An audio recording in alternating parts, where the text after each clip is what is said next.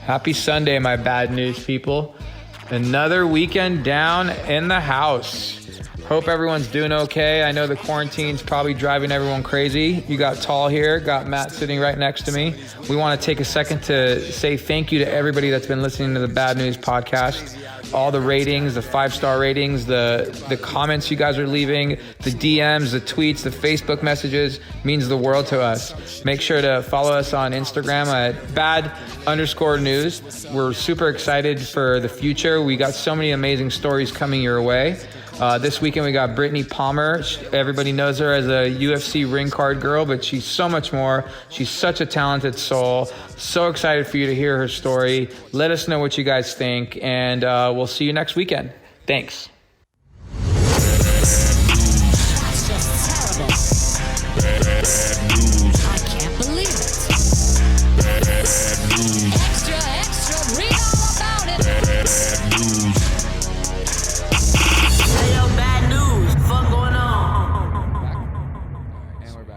To start over. Yeah. Anyways. Head nod, yes. Head nod back. on that. Back in the studio. Matt just told me it was a full moon yesterday. Full moon. And he told me that, no, I read somewhere that from 12:20 to 12:24 that like there was a portal that was open and like everything, you can get good luck and like jump and get Skittles and like win gold and like all this. Release all your troubles into the sky. Yeah, you could send your troubles away and get good luck. Maybe win the lottery. Maybe it would be awesome to win that 300 right now because it's like 300 for megabucks right now. Really? It would be Where do you pretty got to go dope. get that ticket though? I did, and Abby was like, "Yeah, we're gonna win," and I was like, drive, "Oh though? man, huh?" You drive to Prim or some shit? We were driving back from LA, and then I reminded her that people like us don't win this stuff. She's like, I put it out in the universe. We're going to win. I'm like, tight. I started making a list of like who I'm taking with me, who I'm not. Right. My friends are coming on my mega yacht. Yeah. So that was that. Yeah. So today's Friday the 13th. So we had the full moon before that, which is crazy. Yeah, it is Friday the 13th. Yep. Today. Yep. Which is and Friday the 13th, I was just telling Brittney as we were walking up here is bad luck, I think. And she was like, you can make it whatever you want it to be. And I was like, oh, shit. Dang. That's fair. I love the optimistic view. So, yeah, I mean, we're a week back from Art Basel. So it's pretty cool because Brittney was out there with her boyfriend, Gregory. And now we're going to talk about Art Basel and a few other things. But we do have a new guest today. We do have a guest. I was just talking to Brittney like I already introduced her. See, this is what happens when we mess up the intro. I know. We had such a good one. Yeah. So Brittney Palmer's here. Good friend of mine. She is, to me, obviously, first and foremost, an artist. And the entire world knows her as Brittney Palmer that was in Playboy. Brittney Palmer that's a UFC ring card girl. Brittney Palmer, has over 1 million followers on Instagram. And she just got verified as an artist for Brittney Palmer Art as well. I paid attention to that. She got that blue check mark. Dang. I need a cowbell so I could just like make so check mark official. But yeah, let's get it started. Brittney Palmer. What's up? How are you? Yeah. I'm good. How are you? Good. I'm just welcome. I'm on 4 espressos today.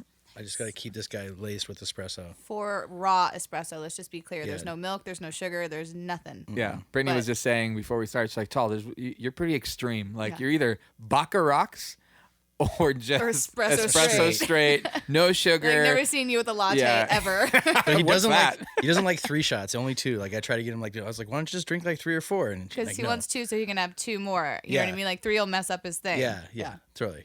Brittney, where are you from? So I was born in San Diego, raised here in Las Vegas, and now I live in Los Angeles. Okay, tell us a little bit about it. Like did you grow up in San Diego? I grew up here. I moved here when I was about 2. Got it. And I went to school here, and then I was a professional dancer right out of high school. I was dancing at the Flamingo Hotel, and I was in Jubilee at Bally's. Oh, so you want a break dancer? No, I was not. I wish I was a break dancer. That would have been great. Yes. But no, I was a showgirl, right? But when I was 21, I was in a car accident. Oh. And it prevented me from dancing. For 3 months, I was pretty much bedridden. And during that period, I started to do art and to just try to keep myself occupied as, a creative that I was. And then I fell in love with it and decided that I wanted to stop dancing and pursue art as a career. So I moved to Los Angeles to go to art school. You did. Where did you go to art school? I went to Brentwood Art Center, and then I did UCLA. Wow. Yeah. And how long were you in school for? Matt went to school as well I went for. to art school. Yeah. You did. Yeah. So this is the great thing. I moved to LA to go to art school. I'm going to 2 different schools, doing 4 classes a week, 3 hours a day, traveling with UFC, and then I get a call, and I got the cover of Playboy, and I'm like 20. So I was there like 8 months, and I got the cover of Playboy, and then it was just like, all right, school's just gonna have to go in the back, and then Playboy. When something like that happens, it's like we're doing press tours, and like you can only miss so much school before they're like, okay, like honestly. Yeah. So I don't know. I mean, the people that will be listening to this, do you even know what Playboy is? Like, right? Like, I mean, I hope so. you know, I hope so That'd be too. sad. Like growing up, I mean, Hugh Hefner, rest his soul. You know, I mean, like that was like the illest magazine ever. Yeah. You know, especially so to like get inside was an honor, Yeah. but to get the cover Yeah. or you know, Yeah. it was a bigger deal. it was a massive deal to Yeah. be, you know, a centerfold or cover girl, or you know, or even now just to be on their website. I think his son is running it now, or he's one of the guys, or. But it's you know, it was like an honor. I mean, it's like you can fuck up your future because some people will be like, oh, you know, like it's Playboy, it's Yeah. porn. It's so far from that. I You don't know. know, I feel like nowadays I look back and I go, oh yeah, she did a cover or she did a cover. Like you kind of like gets lost in the ether eventually, but it's like a big deal at the time. But I feel like you can outlive it. yeah, like you look can, at like a Pam Anderson, or you even know? like the girl from like Real Housewives. You know, Yeah. like she's been on the cover like 2 Kim times. Kardashian's been on the cover. Yeah, Her sisters have been on the cover. I mean, it's like really on what you want to do, Right. right? Like, I'm not going to be, what am I going to do? Like, the only thing I can't do now is like go with the USO, which sucks. But I've Yeah. done a USO tour before. So before I did Playboy, but now, like, What's I mean, a there's USO tour? USO tour is a government funded tour where we go to the military bases. Oh. So, like, so I went with Uriah Faber, Yeah. Clay Guida, and me. And I was like the announcer.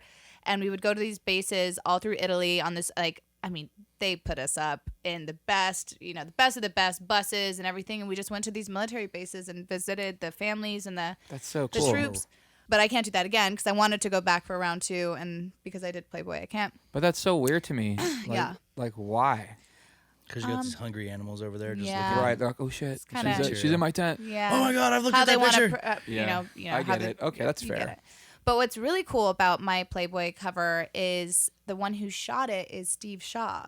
He shot my Playboy, and Steve Shaw owns Treats magazine. That's right. And he actually started Treats magazine after my Playboy cover because they had it so Playboy wanted to, which they tested on me, and I don't know why. So I go in, it's like first day of Playboy. I'm like, oh my God, like jewel me up. Like I want lashes and fucking fur. Like Big give hair. me the, oh dude. I walk in and it's Steve Shaw, and I don't know if you know Steve, and Yeah. he's just like, wet her down, no makeup. And I'm just like, wait, hold on. No. And so what happened was Playboy wanted to revamp the magazine. So they hired an edgy photographer, Steve Shaw. And I was the first, I was the model, right? Unfortunately, so I'm just like devastated. I call my manager. I'm like, this is what and he's like, well, you got to just do it. I mean, this is what it is. So we shoot it, and it looks really, really cool and dark, and like how Steve likes to shoot. And then the issue that happened, which I have no problem saying it, really I don't. It's one thing to have an edgy photographer. It's another thing to have the exact same editors that you had before. Right. So what they did with my pictures, and Steve will vouch for this, they were dark and cool and just like mysterious. And then they come back, which I saw on the cover, like already printed and released. Like I was such a surprise. Everything was bright and orange, and like I had no makeup. And if you look on my cover, like I was probably the girl that had the least bit of makeup in Playboy history on the cover of that magazine. So anyway, Steve got pissed, and I don't, that's their story. But all I know is he started Treats right after. Really? Yeah. Wow. So Steve and I have a good connection. That's how old were you? 23 or 24. And so you were already with UFC at this point? Yes. How long have you been with UFC? When did you start with UFC? I started so I started UFC. Well, I was in WEC first, which is it was the lighter weight class. So I was with Uriah Faber, Cowboy Cerrone. I was like with the lighter boys, Ben Henderson, and I was 19 and I'm 32. And you were just doing that for like fun, or was that actually like a career choice Well, I was at a the time? dancer, so I was hired to do this just through a talent agency that I worked with here in Las Vegas. And so WEC and UFC kind of started here. Well, it did start here, right? So I was just doing it like every other weekend or, once a month. And then WEC bought UFC, or they merged. I don't know if they bought it. I think they were always the same company.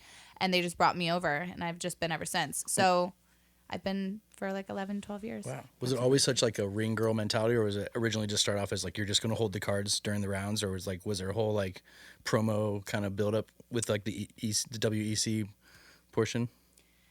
I mean, you know, it's interesting. We kind of made Ariani and I, and she's the other ring girl with me, and she's also my best friend, and we're like sisters. We kind of made it what it is with us. Like, we've just been in it so long, and it's always been her and I. So, like, there was nothing ever to go by or go off of or any other girls to look up to. So we just kind of created this pathway, you know, with the UFC. And it's beautiful because now it's a family, right? Yeah. So, like, if you think of us and, you know, you think of UFC and vice versa, and it's a beautiful relationship. And, I mean, I'm going to try to do this as long as I can, really. That's Right. awesome. Yeah. It's kind of be cool too, because you've seen like the whole growth. You've like, Yeah. you get like grow personal friendships with the fighters too, Oh, because yeah. you like spend so much time together. It looks like Yeah. Give me like top 3 favorite like fights you saw that you were like, this can change UFC, or it's gonna change UFC. You know, I even saw, just jump in, I even was like looking at some pictures earlier, and I Yeah. saw that there was a fight broke out during one of the weights, and they had like almost memed you, like one like a little scuffle broke out during a weigh-in, yes. and they had you in the back and like a little, like, doing that exact pose, yeah. I know. You know what? I love so here. It's hard for me. I've been in it so long. It's hard for me to, but I can say moments. Conor McGregor in and of itself is a moment to me that has changed the course. Conor fighting and boxing was, you know, with Floyd Mayweather was something that I was just like, fuck yeah. Yeah. You know, this is rad. To be a part of something so huge and to see that kind of merger. Let me see. I love Amanda Nunes getting 2 belts, and she's actually fighting this weekend, which is badass, and she's a good friend. I mean, I don't know. There's really so many. Right. When Ronda Rousey got knocked out was fucking cool. Yeah. because she was such a shit I mean, she was talker. untouchable, right? She was the Yeah. golden child. I mean, yeah, and it just from a fighting perspective, you know, there's nothing against Ronda, but those are the moments in this sport that I love so much, because you can be on whatever end of your game, and you just, you know, get them with the right hook. I think BJ Penn made me fall in love with the UFC. Yes. Oh, Just he's like, wonderful. Like, one, he's obviously, it's different that he's a good friend, but like, I remember when BJ would walk out and just that Hawaiian song, you know, like, it wouldn't be like a crazy song to like amp you up. Yeah. You would just be like so chill, and he would just come out there and just destroy you. And it was so rad. So that to me, like, I fell in love with the UFC then, which was really cool. But let's backtrack. Yeah, backtrack. Why art? Why did you fall in love with art? And were you always an artist at like heart? Like, Yeah. As a kid, were you always drawing and like doodling? Oh, yeah. So, I mean, on my notebooks and just pages and pages of, you know, and I always made kind of weird decisions when I was younger. So I did a lot of coloring and on bad things. And I always kind of had a knack for it. And I was always very creative. I would make things, just random things. I used to pretend that like suitcases were horses, and I'd make entire pistols and belts with paper. Like, I just always was very creative. And then I became a dancer. That was a way to express myself creatively. And then when I was in this really bad car accident, I opened this other portal, and I just noticed that, I mean, with dancing, I'm 5'5", right? Like, I'm kind of short. I never really was that good. I have good rhythm. I can follow instruction, and I have a good stage face, but my kicks weren't that high, you know? Like, I just wasn't, I couldn't do the splits, right? So like, I just noticed that I was picking up art so well and so fast, and I was freehanding like portraits, and like they looked cool and they looked good. And I was just starting to like make up excuses. I was a cocktail waitress at Pure Nightclub. I was like making up weird lies on not going to work just so I can sit in my garage that was for my car, that I turned into a studio with like lights and like fabric. And I would tell him I had like an eye disease, like weirdest stuff. I swear, it's called Thygoson's keratitis. Like, I was making I'm writing up. this down. I had like a doctor's note. I'm so sorry. Well, Pierre's not even anything anymore, so it doesn't matter. But I was making this up just to paint, just so I can keep creating. Yeah. I have tons of canvases full of just shit that I still have in storage that I won't get rid of. And so I knew that this was something that I had to do. It was just something that just drove me. And then I drove to LA, and I paid for art school in cash, and they thought I was a stripper because they're like, where are you from? I was like, Las Vegas, but it was all my tips from It's like 5s and 10s. I and worked 20s. a summer at Of rehab, course. and then I worked rehab in Pure Nightclub and paid for my school, and yeah, that's what it was. That's So amazing. did you get like what was the major, like fine art?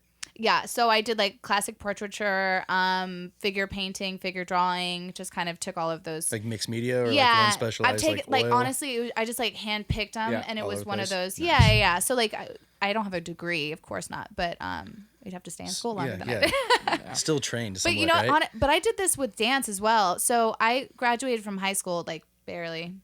What high school did you graduate from? Cheyenne High School. Okay. 05. And Shout out Cheyenne. What's shout up? out. 05. Holler at the, And, what were you, the Chargers or something? No, we're the Shields. The Shields. The Desert Shields. Shout out to the I Shields. don't know about the Shield, man. And but to be a dancer, so I went to the community college here, and I just paid for dance classes at community college because it was cheaper than taking dance classes at like a studio. So like I've always figured out how to like backdoor Yeah. into like, instead of like going to school and Yeah. getting like an actual like degree. That's pretty crazy because most girls that are like in the burlesque show or like any of those shows, Jubilee or any of that, they don't just get like a regular few lessons at like a community college, right? So you kind of Oh yeah, had no, to be- they study it since they're Yeah. little. Oh, so you wow. had to I was have, like, faking it for sure. You had to have some like natural talent though Yeah. at the same time then. Striptease. Charisma. Just be able to jump right in there. Striptease. Charisma. I was Yeah. the cute little one they put in the front who's ugly. Yeah. Welcome to Vegas. Yeah. So you do that, and I know like the UFC, you do that. I mean, you and I have known each other for over 10 years. Yeah. That's a little crazy. Long time. But tell us a little bit about Vegas. Like, did you love growing up here? Oh, I mean, love's a strong word. Love's For a anybody that strong says word. that Had to be they a lot of- love Vegas. Can I, in all honesty, no, I didn't, because it really, where I grew up and what kind of family and situation that I had at the time, it was a very toxic and Yeah. dangerous place for me. Dangerous place for my sister. Right. My So your brother. parents had a thing. Like, it Well, was my dangerous. mother was Danger zone. remarried, and Yeah. we had a stepfather, but it's just like, when you grow up here, you don't go, the keggers here are normal keggers, but we Yeah. go to the strip, Yeah. right? We have fake IDs at 14 years old. And that's the kind of world I was playing in, and a very dangerous world, right? So I was put in situations. Well, I thank God not for me. I mean, I'm not going into a story like that, but like Yeah. it could have been very scary things. So I wouldn't want my child, if I had one, or when I have one, to be hanging around on the strip when she's 15 years old, right? Right. So, but I will say, after this awful tragedy that happened with the shooting here, Yeah. I really 1 October, you mean?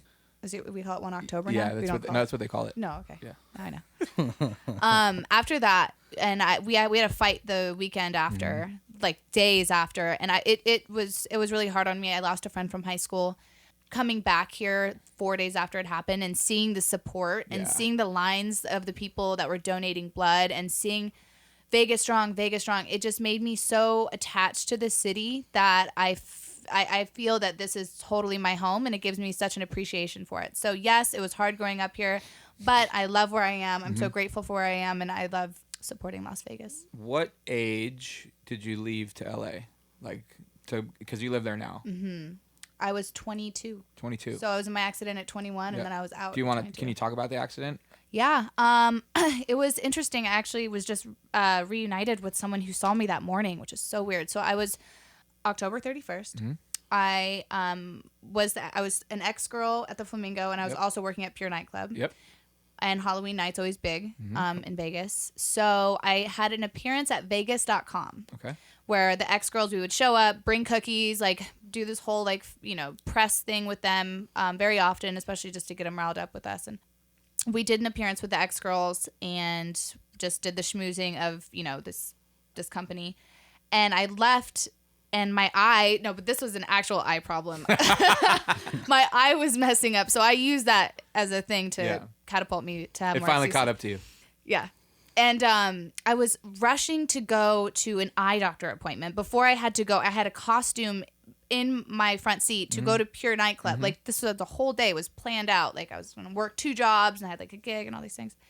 And I was on my phone, and I wasn't paying attention, and I had a small little Pontiac Solstice. It was a brand new car. As soon as I got that thing, everyone saw me, and they're like, she's gonna wreck that That's thing. a little coffin. It's it literally, it's made of just a napkin. And I was T-boned, and the guy was going about 50 miles an hour, and I was pretty much stopped. So I went into oncoming traffic, and I didn't see him because I was on my phone, and because I was at a very low car, and he was coming over. It's like right on Durango and like the 215, I think, something like that. And so I fractured my pelvis in 3 places. Wow. I had to have the jaw of life pull me out of the car. And that was it. And then I actually still thought that a month later I was calling because I was in WEC and we had a fight. And I was like, don't worry, I'm going to make it. And they're like, no, it was like the next week. They're like, you're not going to make it. It's fine, you know. So they gave me some time off. But because then I couldn't work. I couldn't cocktail. I couldn't dance. I couldn't do anything. But WEC, which was so nice of them, they let me come back a little early. And I was crutches cage side. No way. So I had yes. And so I had to have security pick me up and like help me like literally carry me up the stairs, and then I would just walk real fast, which is what you should not do. And then they helped me down and I would sit, and that was they let me do it with crutches. Wow. Yeah. At the Hard Rock. At the Hard Rock. The joint. The joint. Wow. Yeah. That's crazy. Full circle. Well then. And now my hip clicks forever. Oh really? Oh yeah. Oh, I didn't do any of the things I was supposed to. I was 21, right? Yeah. My brother, my physical therapy. My youngest brother got in an accident too on grad night. He almost died actually. Tav? Yeah. He fell asleep at the wheel. They changed the rules where we grew up because of Tav. He the grad night, you go to Disneyland, you're up all night. You go to school all day, then you go on a bus, they drive you to Disneyland, you're there all night through the night, then they drive you back. You get back at like 6 a.m. They tell you to drive home. I just landed in Hawaii with Bobby Hundreds and Ben Hundreds and my friend Austin Carlisle, and I just remember my brother's girlfriend just kept calling me, and at the time, you know, I've known this girl forever. I just picked up. I'm like, what? And she's like, don't hang up. You know, she's like, your brother has been in an accident, and I was like, okay, like, you know, just like you don't really like think of anything. You're like, all right. She's like, no, it's not good. Like, they shut down the freeway. They're airlifting him. Oh my you know, gosh. I'm like, oh, what? And she's like, oh, the doctor is here. He wants to talk to you. So, like, Top fell asleep in the fast lane and swerved all the way into the slow lane, emergency lane, and then ran into a cement wall head on, going like 80 miles an hour. There was a tow truck driver behind him, so he, like, pulled off and pulled Tav out of the car before it exploded. Oh, my gosh. The gosh. car fully exploded, and Tav broke like pretty much the left side of his entire body. I have photos of the car actually. There's nothing left of the car. Yeah. You know, and I flew back from Hawaii right away. I passed out in the hospital, you know, because I saw my brother. He had tubes in him, and he was on. The doctor was like, "You need to get back because he might not make it." So I got there, whatever. There's tubes in Tav. He was in a coma for 4 days or something like that. He snapped out of it. You know, I was not good. I didn't let any of his friends see him because I just didn't care for anybody to see him. And it was kind of like the first time, you know, like I've raised my brother with, you know, my mom or whatever, but it was the first time where I was like helpless. Like I'm usually like a phone call for anything. Like this is the one thing you couldn't do anything, or, you know, and nobody could fix this one. No one could fix it. Tav lost like fucking 60 pounds. You know, he's like 80 pounds soaking wet. It was his senior year, and he made it through, and he was able to walk, you know, to like get his diploma or whatever, and that was really cool. But yeah, I almost lost that guy, and I'd probably not be the same if I did, you know, because he's like my child. He's literally my child. So have you got a big car now? I do have a big car. Jeep. Right? I do have a big Jeep, but I had a Jag before that. But yeah. Oh yeah, so you didn't learn. You're just like no, right into the I got fast a big one. car right after that. Okay. And then I got a Jag. Do you have any like fear of driving? Because I know like some people that get in major accidents like that, like. I had it in the beginning, but I mean that was like a decade ago. Yeah. So I'm like cool so now. You're over it now. Yeah. You driving in LA all the place. Oh yeah, I'm just cruising, ripping. Just cruising. So back to the art hustle. Yeah. Art hustle. When did you sell your first piece? When? Yeah.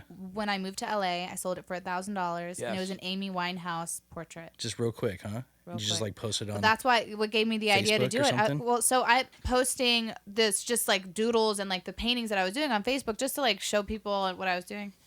And some people were asking, I want to buy it. Can I buy it? Are you selling anything? And I was like, ding. I'm like, wasn't oh, like wow. creepy guys though that just because you're like probably, Brittney for sure. Palmer. It was all creepy guys. Oh, yeah, a million We'll percent. get Well, into maybe the not. social media part in a Yeah. second. But I mean, that right when I started seeing some traction and I was just doing it as a hobby. I didn't realize, because when you grow up here, they didn't have artists. Now, I mean, thank goodness for the Palms and Tall and this beautiful creative atmosphere that, everyone's creating.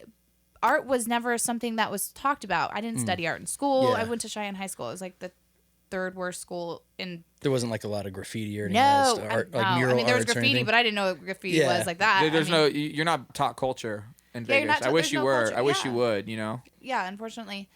So, but when I started seeing people like actually asking to buy these things that I was loving doing, I was like, wow, maybe this is something. Maybe I should create. And then I figured to make money as an artist and to have this be my my outlet, my way out. Was it hard to part with that piece of art after you like had made it? No, you're just like, I'll make another. Yeah. Sweet. Well, I did. It was a commission, so Okay. I did it for him. I always knew that was never. He was gonna like, be I mine. want Amy Winehouse He wanted face. Amy Winehouse. She just passed. Awesome. Oh.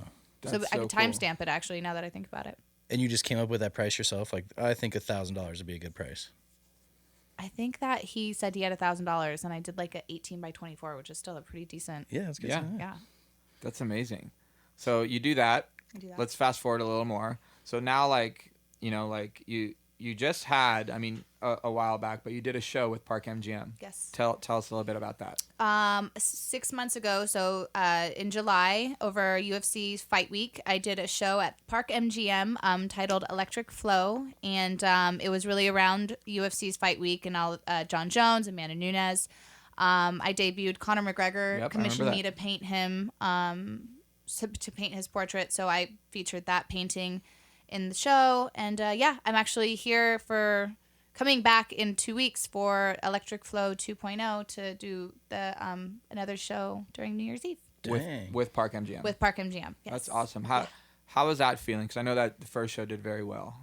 So this wasn't my first show with UFC. I've actually done the Art of Fighting when I was with BK, the artist. Yep.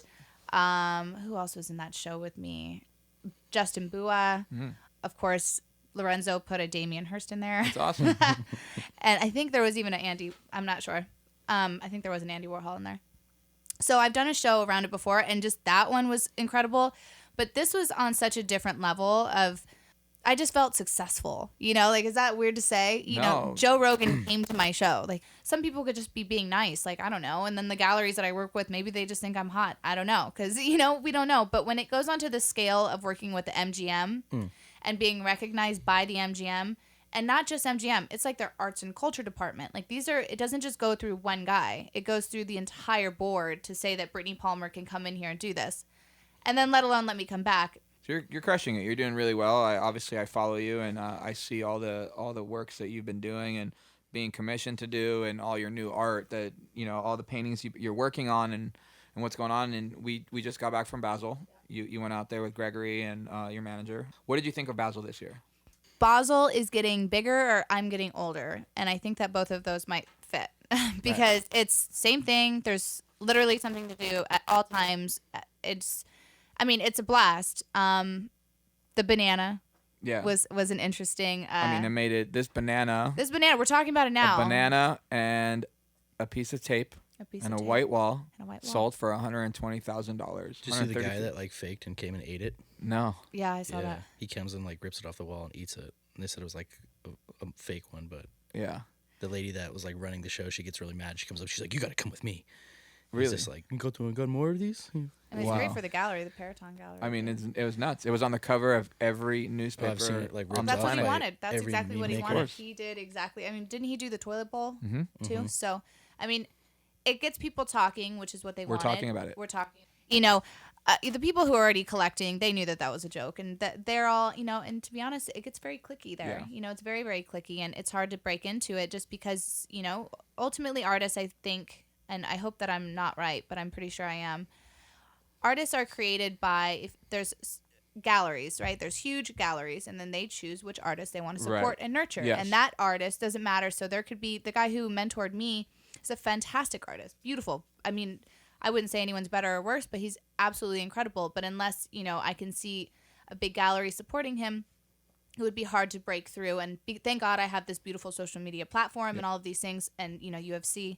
So I'm lucky in that regard. But I think that, I like that this created such a buzz that everyone who isn't a collector and everyone who doesn't go to these shows can see art and hopefully open their mind up to even look into the art world, even if it's because of a damn banana. Damn banana. Did you get a chance to walk more than one fair? I did. I was in the Red Dot Fair. Okay. Your art was. Yeah, my art was okay, in that great. That fair. And then I went to Scope. Okay. And Scope let me down hard this year. It did. It really did. Because last year, 2 years ago, me and Elle went, and it was really cool, and we bought some pieces there for the property, and we bought Jenny Boot, who's like a photographer, but she's beautiful. Like, she's an amazing artist to me. But this year we walked it, and I was just like, meh. Blah. You know. But I heard Art Miami was. Art Miami, I will say, was my favorite fair, like hands down. That was like, I walked in. My friend Todd Kramer's gallery was right there, right in the front. He had this big Cause, this awesome Space Invader, a Rosenquist right there inside. He had some good Keith Harings in there. I think Keith Haring overall won this year's Basel for sure. It was like everyone had some amazing works from him, and I think he, last year he won too. I mean, it's not a race, but like that's what every booth had. Somebody had a Keith Haring. Well, the Rubel Museum. So I went to the opening of the Rubel Museum in Miami, and she has a huge collection of Keith Haring, like an entire back room. She was one of his first collectors. Wow. Yeah, he's top 3 of my favorite artists to ever live. I don't know. I know he's a blue chip artist. I just don't know if he's crossed over to that crazy number yet. Because I saw some price tags and I was like, that's not that bad. Really? But he's amazing. I mean, he's incredible. He's incredible. There was some good photography work this year. There was this one art, I don't know who the photographer is. I have it in my phone somewhere, but there was this awesome photo of Jordan Belfort, the real Wolf of Wall Street. And it was this ad. It was like a big black and white photo of like a wolf walking on a table with Jordan in it. It's like, and I was like, damn, it was an amazing photo. It was probably, I think it sold for like $200,000, but it was awesome. I was like, I need this photo in the house that I don't have. Huh? Who bought the banana though? Who was that? I don't know. And so when you buy the banana, you just know that it's gonna like. Do you think that anyone even bought it? Well, yeah, I think they did. I think they did, and I think, if I recall correctly, either Elle or Ben Hundreds told me that they give you like instructions on how to treat the banana when it like rots and like all this stuff, and I'm just like, dude, I was like, this is why art can't be taken seriously, and this is like people can't fathom like. But maybe art is taken too seriously, and the banana was actually a way to make it not so serious. Yeah, maybe. There's a book I'm listening to at the moment. It's called Boom by Michael Shierson. It's about amazing book, which about like the contemporary art movement. Matt I'm on chapter 3. Yeah, but he starts to get into like around chapter 6 or 7. It talks about how dealers will swap art. Yeah. To evade taxes. You'll love it, Britt. And it's kind of like this banana like really brought me into like the mindset, because like if you had the banana and you're like, I deem this worth $120K, what do you have for $120K in this swap?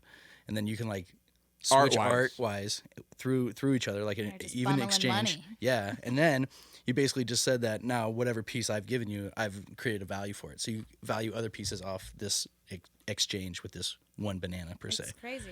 But you should definitely check out the book. Yeah, I will. It like talks about all the early like art collectors and how they like honed their art, their little collective artists, just like you were talking about, how they had their little groups, and then they would all be like, as soon as you got championed by one art dealer, then you were like, then you're in. And it's just a small few, there's a lot of us out there. And I was walking around these fairs and I was with my manager and we're preparing for this show coming up.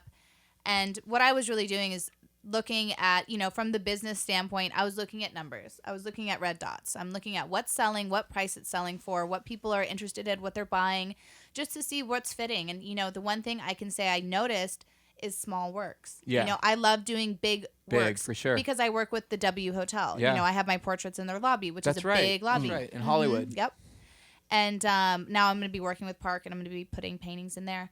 So I was looking at those kinds of things and taking notes. Light. They love light. I love using light. I put a light piece in every show. Do you have one in this show coming up? I do, and it was because of Basel, because of this trip. Because I did a light piece the last show.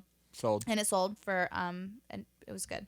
When you say light piece, just like neon. Piece with neon. Like a neon. So this was LED actually, like a an LED piece that sold before the doors even opened, which is what happened last time I put LED in.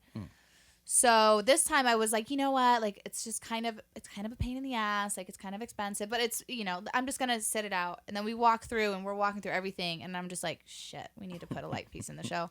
So I'm actually working. So Lady Gaga has a residency at the Park MGM, and she's performing that weekend that I'm there. She has her big show, and then she has her like after jazz show. Yeah.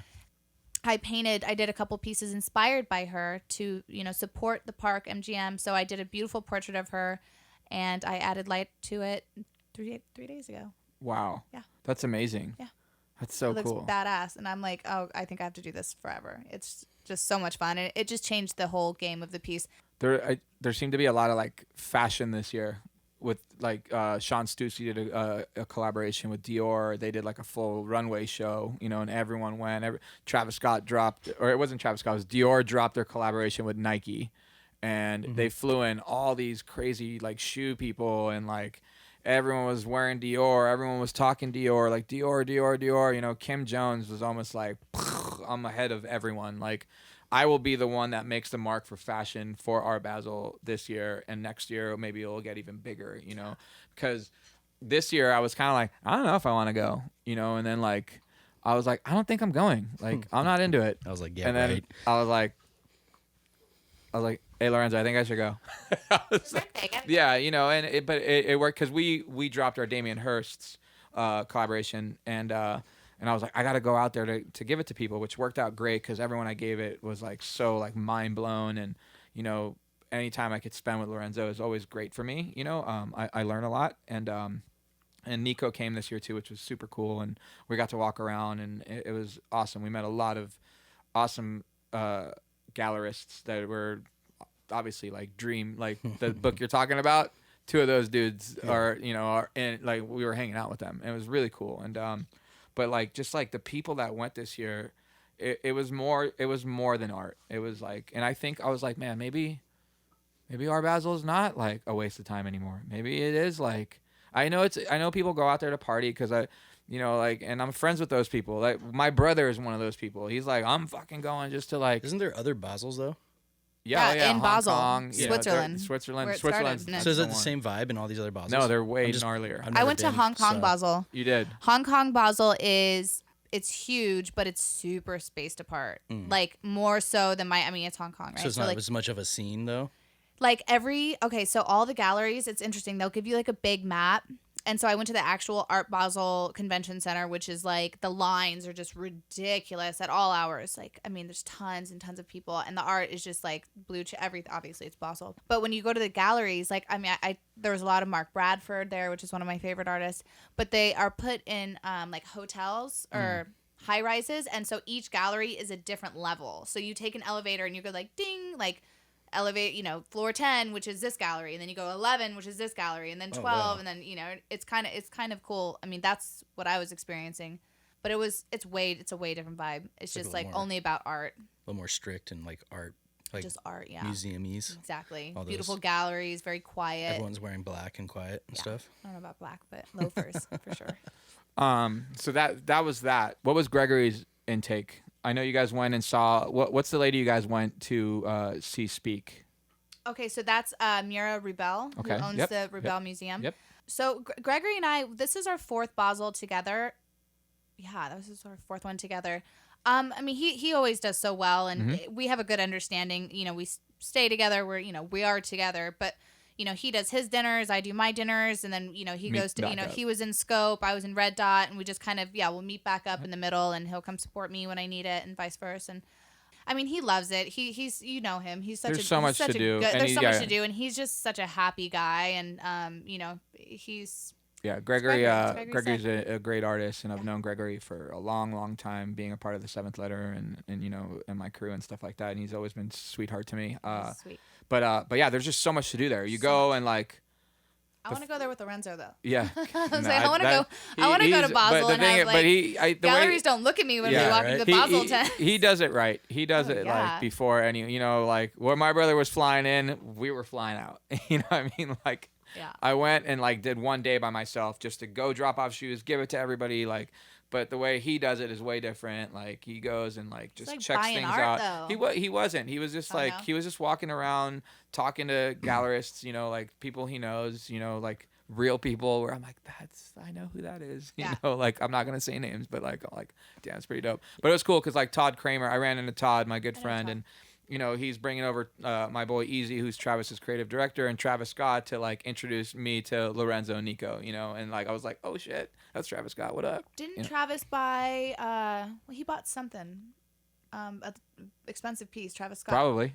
Yeah, he bought like. Everyone's a collector now. Yeah, good. You know, which is awesome. I mean, I've been collecting art my whole life. Like I was blessed, you know, to be friends with people that were gonna be somebody's, and art is just so beautiful, you know. Art is so beautiful. It's definitely worth it if you have the means to collect. For sure. Well, the thing is, you got to get them young. The art world's so weird though, and how they don't really open it up for like regulars to come in and buy. Mira Rubel. Okay, so when she discovered Keith Haring and Basquiat, by the way, she was in New York, and she had heard from like someone. Oh my, you got to check out this guy Keith Haring. Got to check him out. So she goes, she finds Keith, and she says, take me to your studio. He goes, well, I don't have a studio. She goes, well, where do you do your art? And so he takes her to the broke down train station, like the trains in New York. And he goes, this is my studio. And he has all of his work because that's what Keith Haring did. He would put his work on the streets, and that's where his studio was. And so, and she was collecting these things for like $100, hundreds. And it's just like, and Basquiat as well, right? So like really about collecting isn't just about, well, you know, cause is great, but like let's be real, we can't get that. But you find these artists that you love, and that you either love them, love the art, hopefully both, and then you believe in them. And the more people that believe in these artists, the more you will create a bigger artist, and your stuff will be worth something if that's what you're in it for. And let's not forget, it's all a tax write-off.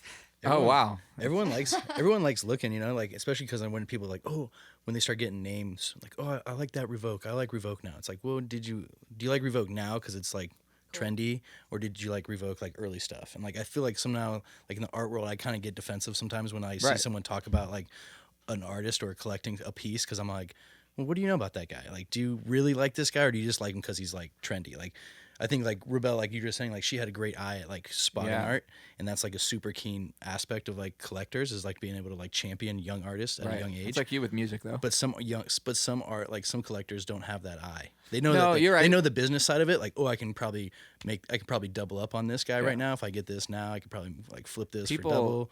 But I don't. Like, some artists. I agree. You know, I agree because, you know, I have had conversations with people when they're like, man, how long is Cause gonna have a moment? I'm like, what?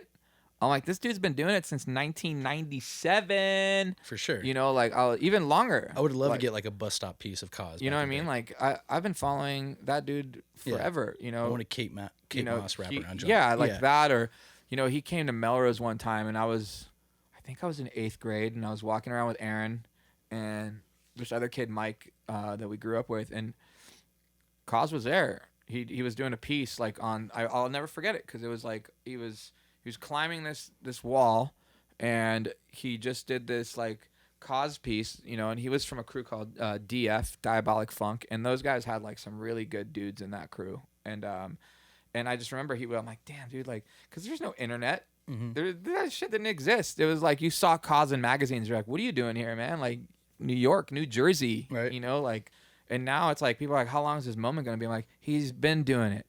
He's been doing it for so long. Yeah. You know, a lot of people have been doing it for so long. They just have a crazy following. You know, when I get interviewed for the hotel a lot, they're like, well, what about like all the up and coming guys that are in there? And I'm like, who are you talking about? And they're like, you know, like Jason Revoke or like Felipe Pantone. I'm like, what are you talking about?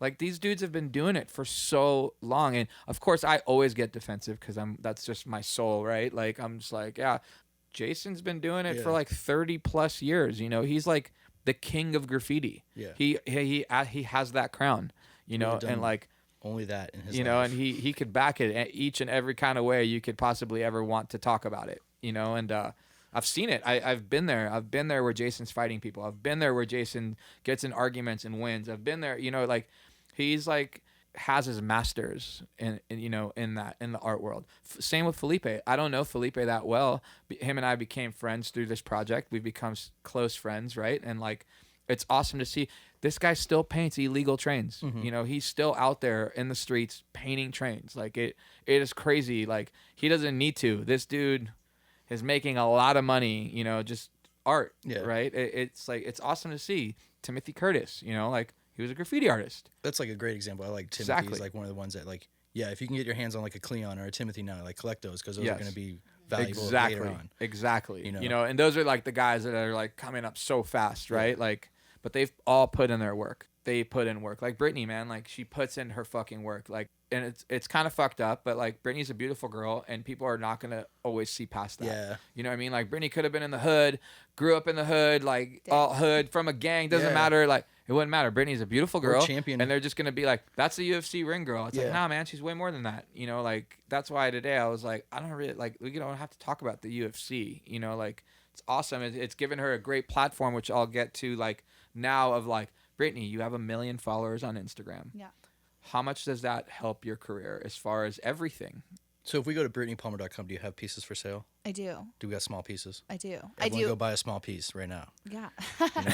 Come to my show. December 28th at Park MGM. You live here, so you'll be there. Yeah, I'll be there. He's coming. Oh, yeah. Absolutely. Honestly, going on what you're saying, though, Tal, I mean, you've really become kind of like a mentor because we are such good friends. Right. And your opinion to me matters so much. And just having that the ability to talk to you and you respond to me, and I know your phone has been blowing up since you've sat down. So you and the one thing you always tell me is just keep doing it. Yep. Looks great. Just keep doing it. Just keep going. Keep going. And as a model and you know, in this platform that I have, what I love about art is there's no shelf life, right? Mm-hmm. Like the older I get, the better it gets. The older I get, the more serious I'm taken. So like my looks will hopefully never fade. But if they do, it's okay, right? So like having the following I have, I mean, everything has brought me to here. So I love my following. I think social media is a beautiful, nice gift that was given for people to have a voice. Unfortunately, not everybody is built like us. Right. And there are going to be, you know, the sour grapes. And, you know, I think it's up to us and everyone to filter it out and to understand what's real and what's not and to still continue to stay present as much as possible. That's awesome. Well, thanks, Britt. Thank you so much. We know you got it. Where can people find you? At Brittney Palmer, which is Instagram, Brittney Palmer Twitter, which I barely use, but I should use more, Brittney Palmer Facebook, BrittneyPalmer.com. And then there's stuff to buy on the shop. There's stuff to buy on the shop. Come check out the show, December 28th, Park MGM. Thanks. Just like hang out, watch. Huge. Appreciate it. Huge. Thanks for giving us some time. Thank you. Thank you. Thank you so much. We're out. And we're out. Bad news. Bad news. Party time.